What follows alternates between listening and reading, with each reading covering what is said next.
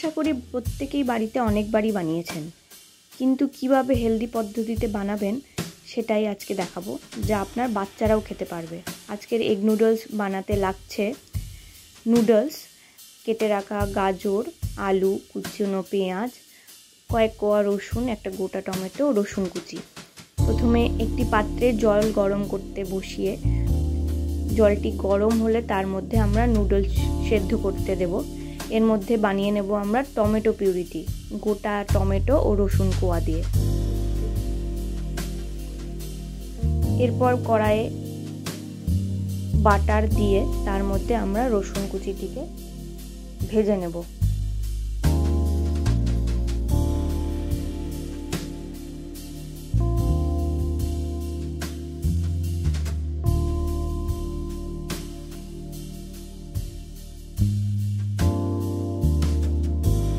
রসুনটি ভাজা হয়ে গেলে দিয়ে দেব আলু, গাজর ও পেঁয়াজ কুচি। সবজিগুলি দিয়ে সব ভালো মতন ভেজে নিতে হবে। সবজিগুলি ভাজা হয়ে গেলে দিয়ে দেব টমেটো পিউরি। টমেটো পিউরি আমরা এখানে টমেটো কেচাপের পরিবর্তে ব্যবহার করছি ট্যাঙ্গি ফ্লেভার দেওয়ার জন্য। যেহেতু এটি একটি হেলদি রেসিপি, তাই আমরা এখানে টমেটো কেচাপ ইউজ করব না। দিয়ে ভালোভাবে সবজিটিকে ভেজে নিতে হবে। এরপর দেখে নেব নুডলসগুলো ভালো মতন সেদ্ধ হয়েছে কিনা। নুডলস সেদ্ধ হয়ে গেলে জল ঝরিয়ে একটি পাত্রে ছড়িয়ে রেখে দেব, যাতে নুডলসটি ওভারকুকড না হয়ে যায়।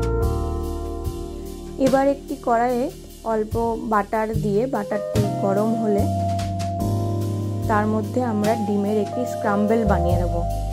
আপনারা দেখতেই পাচ্ছেন পুরো রেসিপিটিতে আমরা তেলের পরিবর্তে বাটার ব্যবহার করেছি।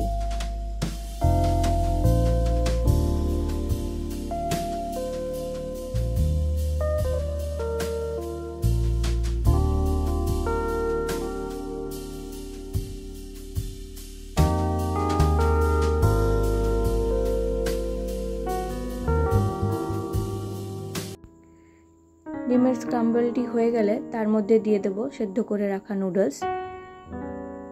দিয়ে ভালোভাবে নুডলস আর ডিমের স্ক্রাম্বলটিকে ভেজে নেব সামান্য পরিমাণ লবণ দিয়ে।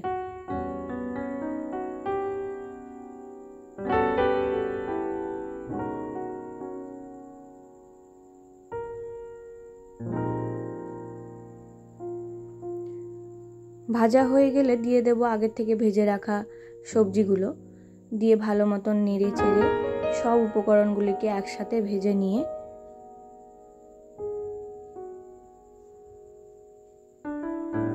দিয়ে দেব গোলমরিচের গুঁড়ো ও লবণ।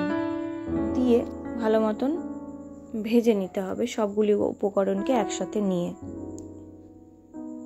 আমি এখানে পরে এগ স্ক্রাম্বল অন্য একটি কড়াইয়ে রান্না করেছি, আপনারা চাইলে সেটি প্রথমেও তৈরি করে নিতে পারেন।